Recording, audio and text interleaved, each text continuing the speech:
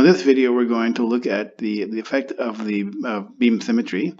So beam symmetry is an important clinical property for radiotherapy beams because we want our beams to be flat and symmetric. So what I have here is I have our 6MV beam loaded, and I've got the improved flattening filter for the 6MV beam. So we can see this in our analysis tab for SIMAC, where we see our nice flat beams because we've got them nice and flattened. So what SIMAC has is a feature by which we can explore the effect of beam symmetry when we have an imperfect beam. So over here we have steering coils, but we also have over here we have gun errors. So we have a radial gun error and a transverse gun error. So what can happen to a beam, a clinical beam, is that if the electron beam from the gun is not centered perfectly, what will happen is the electron beam can be off center, and as it goes through the accelerator, it can end up on the target in the wrong position, and it'll end up producing a beam which is not flat. And we kind of showed this schematically here on the main SIMAC screen. So to illustrate this, what I'm going to do is I'm going to introduce a radial gun error of just a small amount. I'm just going to make this a little bit, say, something like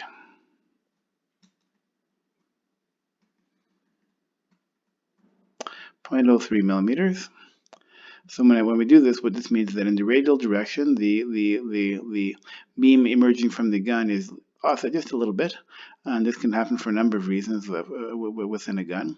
And so now when we look at our analysis tab, what we see is that the beam is a little bit not perfectly flat. So it's kind of a little more intense on over here on the right side and in the radial direction than it is over here on the left side. So we can make that even bigger by increasing this still a little bit further. And now we can see that effect amplified a little bit more. So now we have a beam which is unflat. So this here, so we have what SIMAC does, it also calculates the value for symmetry. So the value of symmetry is 3.89. And so what it does is by essentially comparing this side of the beam versus that side of the beam, it does this using a standard symmetry calculation that's used for most symmetry measurements on clinical linear accelerators. So this is the value that we'd like to improve this beam. So how we can do this by increasing by steering the beam back towards the center of the target. So what I'm going to do now, so I know I've adjusted the radial gun error, and we've validated that by doing our profiles and seeing that the beam is not symmetric in the radial direction. So what I'm going to do is I'm going to adjust the radial position coil, and I'm going to see if I can then move the position of the electron beam back to center. So I'm going to go in here. I'm going to change this. So again, we have three sets of coils. We have the radial coil, we have the buncher coil, and we have the angle coil. These are which are the normal coils in a variant style linear accelerator. So what I'll do is I'll start by I'll increase this number here to say. I'll make this say 50 milliamps, going through the radial position coil. So when I do that, now we've steered this a little bit. We go back to our analysis tab, and we can see now it looks like my symmetry is worse. So before it was in the 3s, if I remember. Now I've made it 6, almost 7. So I've gone the wrong direction. So what I can do is I can come back here, and I can now make this negative.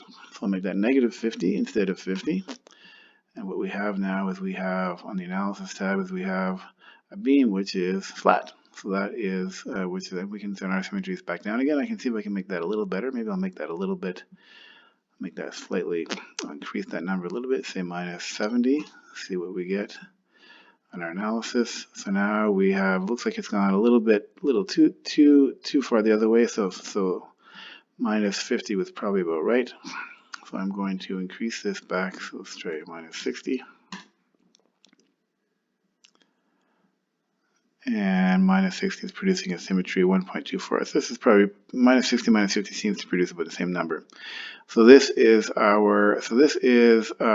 SIMAC can investigate the symmetry problems with beams. So we can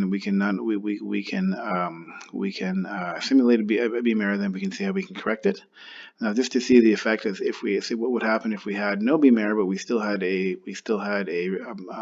radial steering current applied. So I can decrease this back again to 0. So I can remove the gun error, and then we can have a look at to see what happens with the beam in that case. So I'll go back to 0. And now our beam on the analysis tab is showing that it's asymmetric again. Now it's higher on the left side than it is on the right side, which is what you'd expect. We correct that by removing the radial gun current, the radial coil current, and we now have our flat beam again. So this is the other property, clinical property that we can explore in SymX. So the property of symmetry. So we saw in previous videos that the beam energy can affect the beam flatness, and we can change the beam energy in a number of ways, and we can also adjust the flattening filter.